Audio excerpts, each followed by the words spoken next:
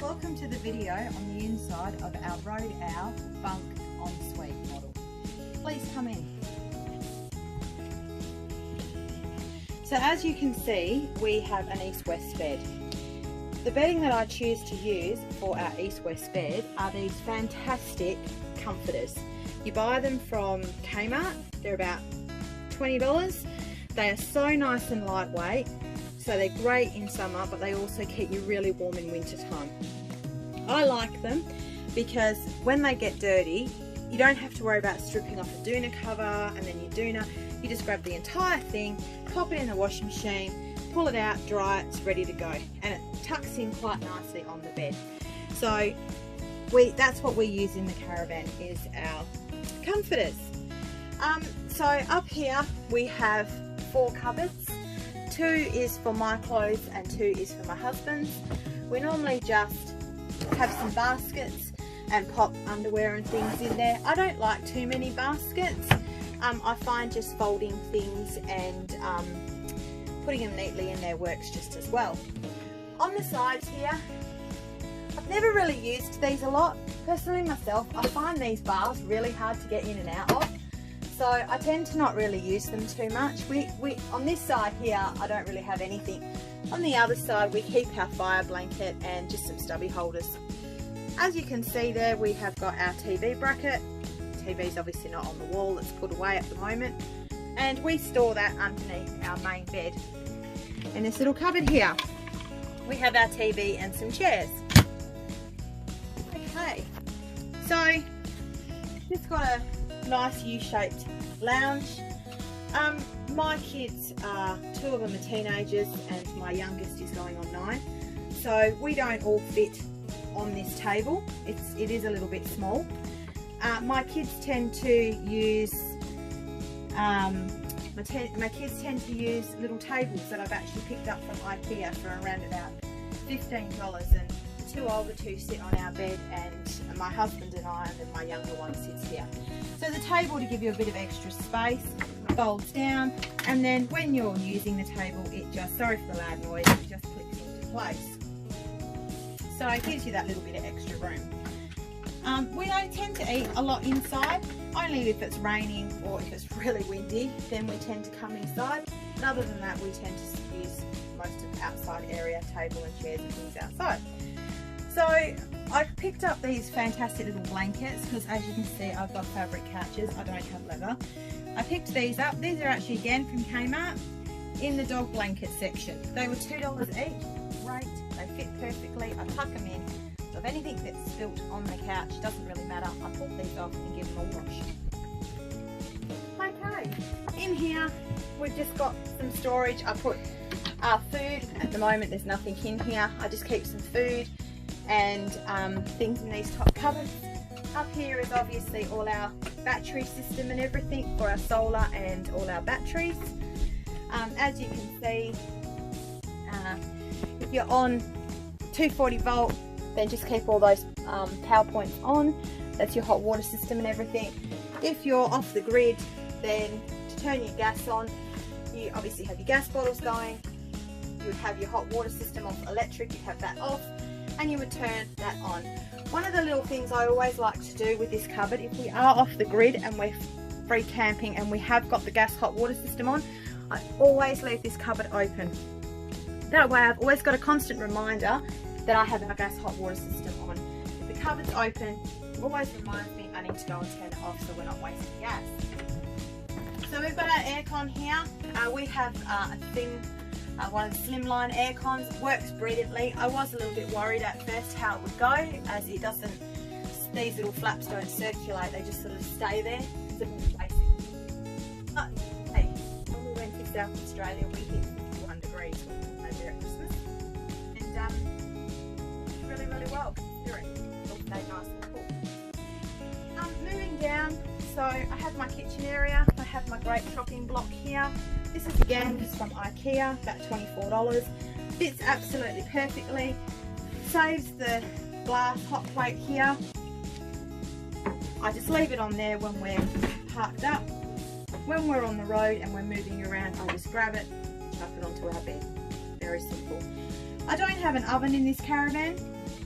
I would have really liked to have had one, to be honest, but we decided against it. One, because it was going to cost a lot, and two, I would have lost my cupboards here, which this is actually where I keep my pantry. So I've got a few pantry things in there that are non-perishable things, and my husband's just put little baskets in for my salt and peppers and things. This chopping block here I actually got from New Age. Works fantastic, gives you a whole lot more bench space, because as you can see there's not a huge amount of bench space in here, especially when they've got 5 of this. So we have this, brilliant. When we're washing the dishes or anything, I just lift it up and we place it up and hang it on the wall. We hang it on the wall and it stays there. I can do my dishes out of the way. Once I've finished cleaning all up, I grab it and it can go back into its place. Again, I don't travel with this because I'm worried about it sliding off, damaging the floor. So it just goes onto our bed. Up here we have some more cupboards. I have our first aid. Again, my kids are all old enough now now they know not to take Nurofen and Panadol without asking, but it's just a habit. I always keep it up high. Again, we've just got other bits and pieces. We try and travel pretty light. And up here we've got all our coffee and like that. So down in this main cupboard here, very basic. Have my washing powder, and I carry very simple: one large saucepan, one small saucepan, coffee machine, toaster, and that's about it. Have the large Dometic fridge, which is great when you're a family of 5. It's got a nice lot of space. When we did the trip to South Australia for 7 weeks, I didn't feel the need to take another freezer with us, so this is what we used for the 7 weeks. Well, it was more than enough. Nice large fridge.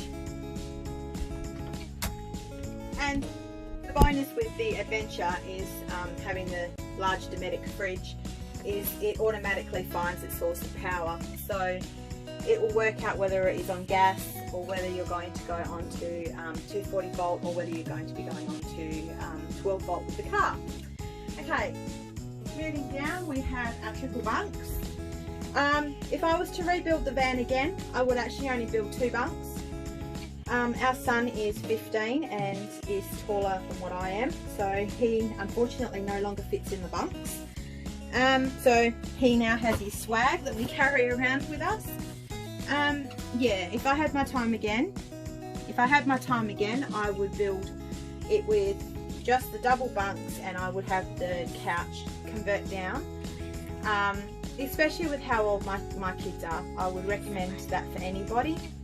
If you've got older kids that are in their teenage years or heading for teenage years, I would maybe look at doing just double bunks and then doing your table to convert down, because my son only got 18 months in this bunk, and after we did the trip to South Australia, he said, "Mum, my head's at one end and my feet I can touch the other, and I want to go into a swag." So now my poor girls are stuck with less room. So we, as you can probably see, we don't have a ladder here. It did come with a ladder. My youngest one, who is 9, she sleeps at the top. She is a bit of a monkey, so she likes to just climb straight up. She has no problems climbing up and down without a ladder. And we find it's a lot more useful not having the ladder, because it sticks out quite a bit. So I can imagine that you'd be tripping over the ladder quite a lot. I understand if you've got small kids that you would need to have the ladder in here, but I'm quite glad that she can climb up and down herself. So as I did the other day, I've put on Instagram the other day that we've installed these little drink holders here. They were just from Big W. They cost me $5 each, and just somewhere great for the girls to pop their drinks. Okay, into our ensuite. Nothing fancy in here, just the normal ensuite. Haven't really done a lot with our ensuite. So we've got our shower, as you can see. We've got our little basket up there, which I installed yesterday with my daughter. That won't stay when we travel. I will remove the basket and just leave the suctions there. I wouldn't like the shampoo and conditioner to go bouncing around and landing on the floor and damaging my shower. We don't travel with even our shower head like this. When we travel, our shower head actually goes down into our laundry basket and sits on the floor. Okay, so in here we have, down here I got some little baskets. These are from Bunnings and they fit perfectly in there. Don't use the toilet roll holder. I find it's quite hard to get the toilet rolls in and out. I actually have no idea why they thought to put it there. Probably looks, because it looks okay there, but it's pretty useless to be honest.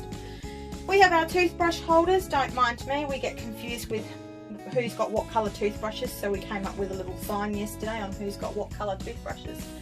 Up in here again, I'm a bit worried with chemicals, so we have all our chemicals for our toilet.